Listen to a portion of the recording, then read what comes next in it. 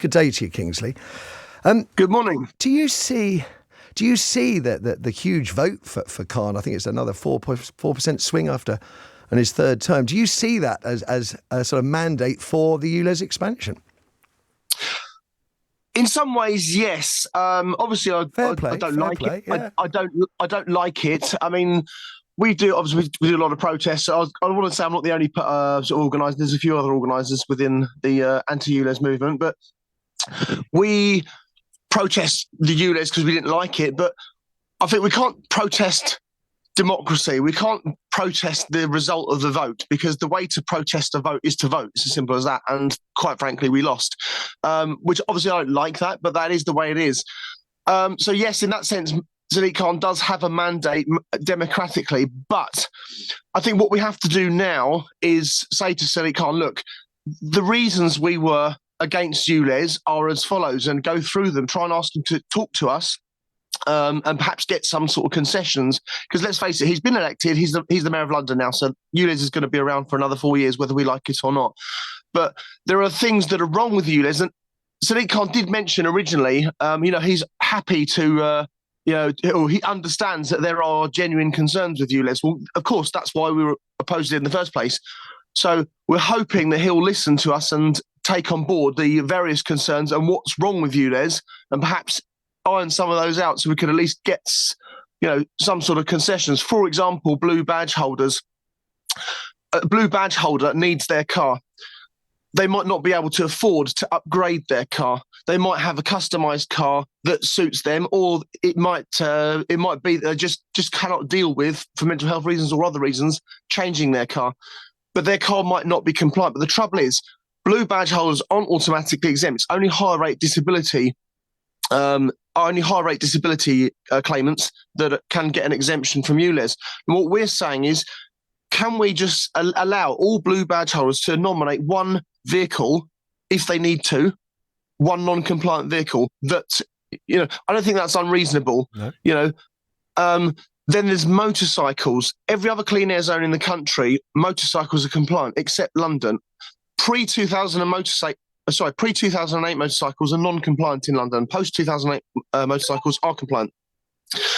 But the reason motorcycles are not compliant pre-2008 is because the data is not on the logbook, not because they're extra pollutants, because the data is not on the logbook. But the reason the data is not on the logbook is because it was deemed at the time that the emissions data showed that the emissions were so low it wasn't worth recording. I mean, you couldn't make it up. You would think that would give you the common sense that actually, well, if the emissions data is so low it's not worth recording, then they should automatically be compliant. I'm a motorcyclist in London, so what you're saying is music to my ears and makes perfect sense, and I know to be true. Yeah, absolutely. And this is it. All we've asked for, I mean, to be fair, all along, I've been saying this for a long time, we just want debate. We don't want to be told you're against clean air, you don't like clean air, you don't like the environment, because that's absolutely not true. I used to run my non-compliant van on vegetable oil, which was carbon neutral, it's better for the environment, but of course it's non-compliant, so we had to stop using it. If I may, first of all, truly, from most sincere way I can possibly express myself, I think your opening statement is reflected the very best of what British democracy is about. Understanding, taking a view, accepting the change. Full respect. Full respect. Thank you. Thank you. I also think your view for debate in the future is excellent, and I'm completely supported. I might not agree with you on ULEZ, but I totally agree with the approach you're taking. Sorry, just because time is short, I'm just interested. Why? I mean, in Greenwich, the vote for Khan was more than double. It was nearly 3 times the vote for Susan Hall, and that was in a borough that was contesting legally the expansion of ULEZ. Why did the public? I find it, because the press was all over the anti-ULEZ thing, was broadly supported. Why did the public not go with you? I don't know, quite frankly. And to be honest with you, actually, those concessions that I've just mentioned and a couple of others, such as the electric scooter situation, I'll go on to that if you give me a minute. I did speak to Susan Hall about this. I said, look, perhaps put this in your manifesto and it will get people to realise that actually being anti-ULEZ in its current form isn't such a bad thing if you break down the actual flaws of ULEZ and try and say, look, let's get some concessions. Let's because she was only going to get rid of the expanded ULEZ. Absolutely. But there was something to say about the current ULEZ that would have remained. Motorcycles could be the solution to pollution. A motorcycle does a 10-minute journey in 10 minutes. A car might take an hour to do the same journey. So a motorcycle's not going to do the same amount of pollution, even if it's a really old. I mean, this is the nonsense. A C90 was once reported as the most efficient bike in the world. It's non-compliant. Now, may I ask? I don't want to really debate ULEZ per se. You've made some excellent points. Do you worry that perhaps your campaigning, and you sound very nice, very reasonable, and as I said, total respect to you.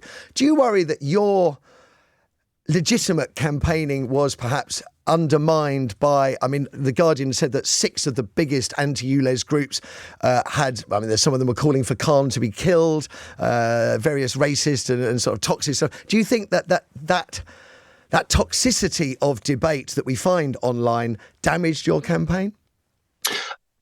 To a certain extent, yes. My particular group, Action Against Unfair ULEZ, we had to approve every post, and it was an absolute nightmare because we've got 84,000 members now, and there were so many admins trying to sift through all these posts. So luckily, the article that was talking about racist groups didn't mention ours; it mentioned some others. Yes, indeed.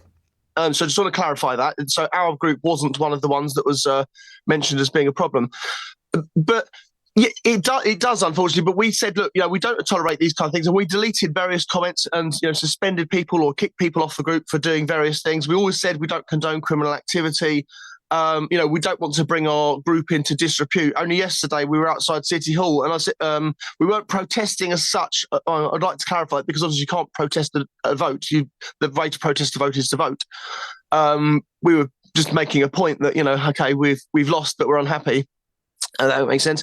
But I said to the police officers there, look, we don't ever cause trouble. We abide by the law. And he went through, put my name into the system. And he said, oh, yeah, no, we know that you're one of the sort of cooperative one, so to speak. Kingsley, I'm sorry, I've got to wrap it up. I've overrun a little as it is, but I'll say again, full respect to you. I think that you represent the very best of British democracy, accepting you lost in a magnanimous way with a clear, decent, democratic vision of how you may further your campaign. Full respect. As I said, don't agree with you, but I respect the right to disagree with you, and you did very well. Kingsley Hamilton there, Organiser of Action Against Unfair ULEZ.